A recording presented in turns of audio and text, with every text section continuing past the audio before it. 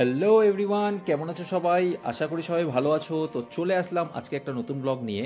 তো আজকে একটা খুব সাসপেন্স ক্রিয়েট করা ছিল যে আমরা একটা নতুন জায়গায় একটা যাচ্ছি ভিজিট করতে। সেটা হচ্ছে গিয়ে আমাদের একটা ফ্যামিলি ট্যুর স্টার্ট হয়েছে। সেটা হচ্ছে মায়াপুরে যাওয়ার। তো আমরা বেরিয়ে গেলাম দিদির বাড়ি থেকে।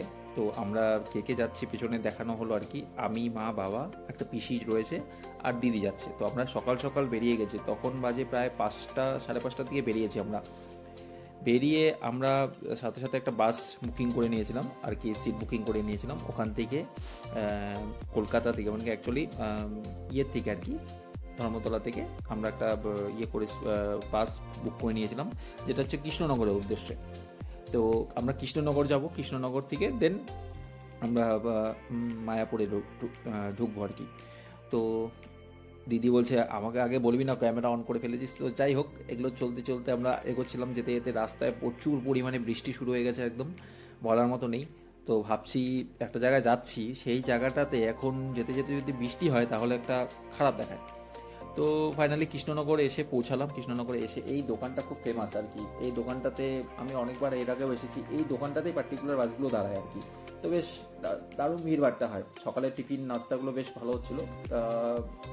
কিছু টিফিন করিনি, আমরা বেরিয়ে গেলাম। তো ফাইনালি পৌঁছে গেলাম মায়াপুরে।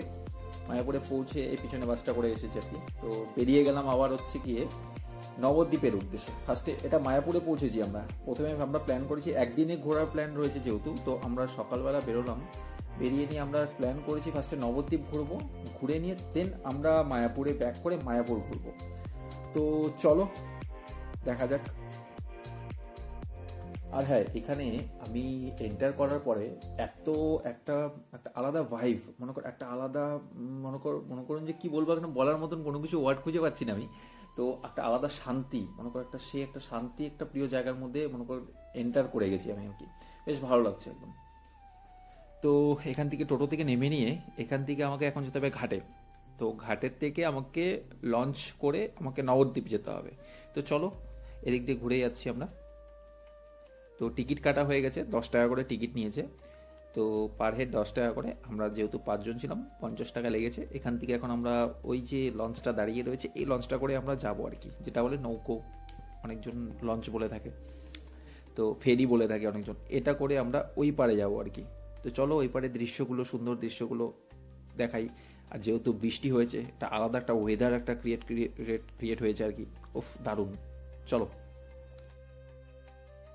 এখানে ওয়েদারটাতে দেখে এত সুন্দর লাগছিল বলার মতো নেই। একদম ফুরফুরে হাওয়া আসছে, একদম মনে করুন নদীর হাওয়া, যেটা নদীর অ্যাকচুয়াল যেটা হাওয়া, সেটা আমরা মাঝে মাঝে ফিল করি, কেননা আমাদের বাড়ির পাশে একটা রয়েছে আর কি। তো একটা আলাদা একটা ফিল পাওয়া যাচ্ছিল। ওদিক থেকে আকাশ মেঘলা, একদম আলাদা একটা টোটাল মাইন্ড রিল্যাক্স হয়ে গেছে। মানে কোনো চিন্তাধারা নেই, কোনো কাজের টেনশন নেই, কোনো কিছু নেই, রিল্যাক্সেশনে সব ঘোরো আর কি। আর এদিক দিয়ে উপর দিয়ে যখন যাচ্ছি ভয়ও লাগছে, ভয়ও লাগছে কোনো মতো আর কি, ভয়টাকে কাটানোর জন্য হচ্ছে আর কি। তো বেশ ভালো লাগছে। তো চলো দেখা যাক। ওই যে একটা নৌকা যাচ্ছে, সবাই ওই ওই নৌকাটাও আর আমাদের নৌকাটা একসঙ্গে ওখানে একসঙ্গে দাঁড়াবে আর কি।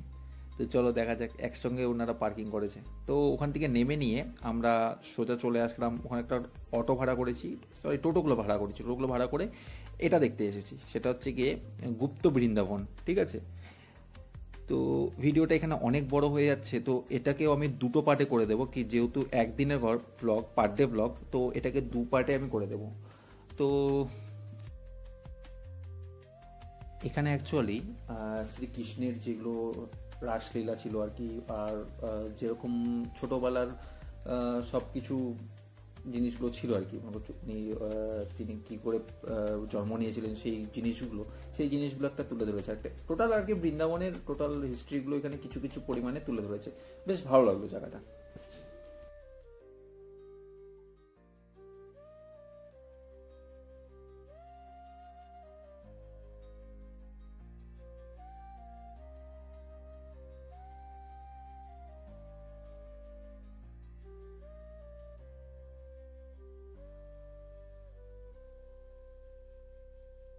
ব্লগটা অনেক বড় হয়ে গেল, 4 মিনিটের। তো ব্লগটা এখানে এন্ড করে দিচ্ছি।